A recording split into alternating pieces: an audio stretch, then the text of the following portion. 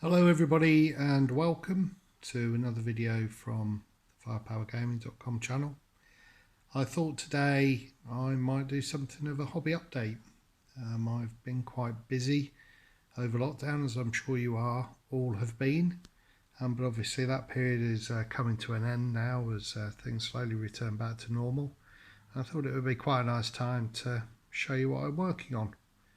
And so I've become quite obsessed with sword and board games of late, particularly the Dark Ages and also the 100 Years' War. And at the moment I'm rebasing my 100 Years' War collection and adding to it. It originally was intended to be used for Lion Rampant, which I think is a fantastic game still, but I really would like to try and do some bigger battles. So I've been taking my solo single-based miniatures and rebasing them into units of 6, as well as adding to the collection. And the idea is that I'll be using these as individual units within Sword and Spear, and also I have the option to use them in Hail Caesar as well. All of the miniatures so far are from museum miniatures, but I have also added some Peter Pig to the collection as well. I mean, as you can see by these guys over here, I've been a bit footloose and fancy free with some of the selections. These are not entirely authentic to the period, but I figure spearmen in chainmail and pot helms are fairly ubiquitous and generic, and I'm sure that nobody will notice from 3 feet away. I've also left, as you can see, a couple of holes in some of these units because I'm going to put some standard bearers and some men-at-arms in there as well, and then just to add a bit of colour and variation, but also obviously that will lend itself very much to Hail Caesar as well.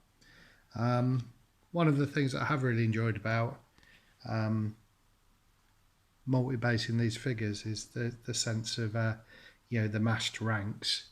So I'm putting six 15mm figures on a 20 by 40 base, and I really do think that that they really do create the sense of the rank and file and the massed melee that so typifies combat of the period.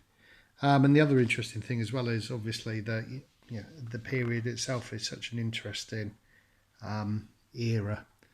So many revolutionary changes in the nature of European warfare.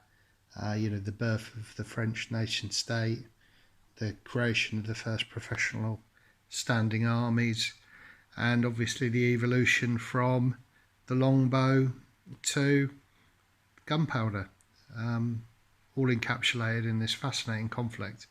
And obviously one of the things that's really interesting as well is that people don't fully appreciate the extent of British dominion in France at the time as well.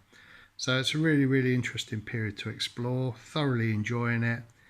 Wide range of conflicts to be able to recreate, from small skirmishes and raids all the way through to the splendour of the big three. So really enjoying this project and looking forward to eventually getting it on the table.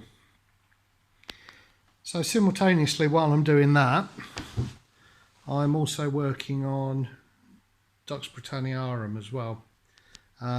So these are my Romano-British, which I'm working on at the moment. I've just finished a unit of elites and the champion and a noble. All of the plastics are from Gripping Beast, and I'm just about to move on to my second group, which are my English warriors. Then in addition to that, I've also built my missile units, my English levy units, and also a unit of Romano-British cavalry as well. So I do have a number of Gripping Beast plastics and metals, as you can see, And one of the great things about Ducks Brit is the low entry point, really, the low miniature count. It's a fantastic game. It is one of the hidden gems, I think, in the Two Fat Lardies pantheon. And I know on Twitter a lot of people are currently revisiting it or exploring it anew for the first time.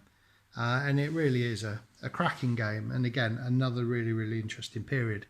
The great thing about the game is that it does really encapsulate so much of the flavour of the time, and the campaign system that's involved in it is absolutely brilliant and something that I'm really looking forward to exploring. Something I'm not looking forward to doing, as you can see, is that I haven't done any of the shields. So I'm really, really in two minds about whether I'm going to go for Little Big Man or I'm going to attempt to paint some of my own designs. And while I'm sure that my designs would look relatively crap in comparison to the transfers, I do quite like the idea of being able to do something that's quite distinct and unique to my guys. Interestingly, in a number of the books that I've been reading about the period, particularly the Osprey Arthurian Wars books, a lot of the warriors fought and had plain white shields. So I'm not entirely sure whether there's a bit of artistic license going on with the grandeur of some of the shield designs, or whether a kind of a mix of the two might be the most appropriate. So we'll see how we go. If I do a couple and mess them up completely, it's probably going to be a mix of the two, with far more white shields than shield designs. So there we go. Just a quick overview of what I've been doing over the last few weeks.